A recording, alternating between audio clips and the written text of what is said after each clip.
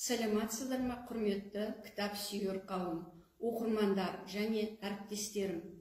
Қазіргі кезеңде болып жатқан жағдайға байланысты Жамбыл облыстық көзі көрмейтін және әлсіз көретін азаматтар кітапханасы қашықтық режимінде өз жұмыстарын атқаруда. Осы орайда мен сіздерге бүгін өзімнің үлкен әсер алып оқып шыққан Ник Вуйчичтің «Өмірде шектеу жоқ» атты кітабы туралы сөз қозғағым келіп отыр.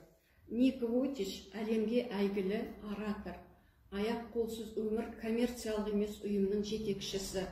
1982 жылы ол Австралияда дүниеге келген.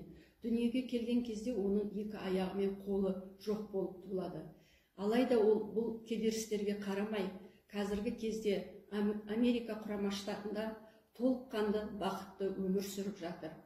Екі бірдей жоғары білімді, спорттармен шұғылданады. Атап айтатын болсақ, серфингпен айналысады, суда жүзеді, гольф ойнайды және өте балық аулағанды және жақсы көреді. Және өз күшімен 43 сөзді 1 минуттың ішінде компьютерге жаза алады.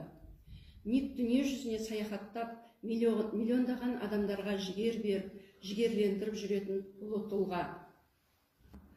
Ол өз қиындықтарынан кедергін емес, өмірден тауып шығатын жол іздеген.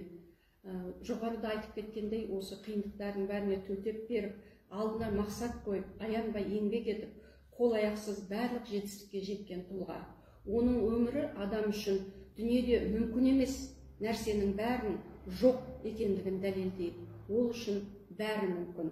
Осындай дүние жүзін аралап, мыңдаған адамдарды жігерлендіріп, бақытты өмір сүруге жетелеген Ник сияқты ұлы тұлғалардың туралы кітапты әрбір адам оқуға тиіс деп ойлаймын.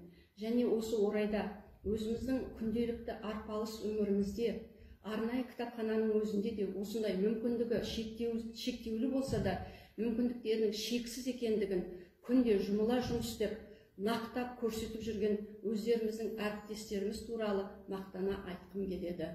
Біз олардың алдында үлкен тағзым етеміз және біз сіздермен біргеміз демекпін.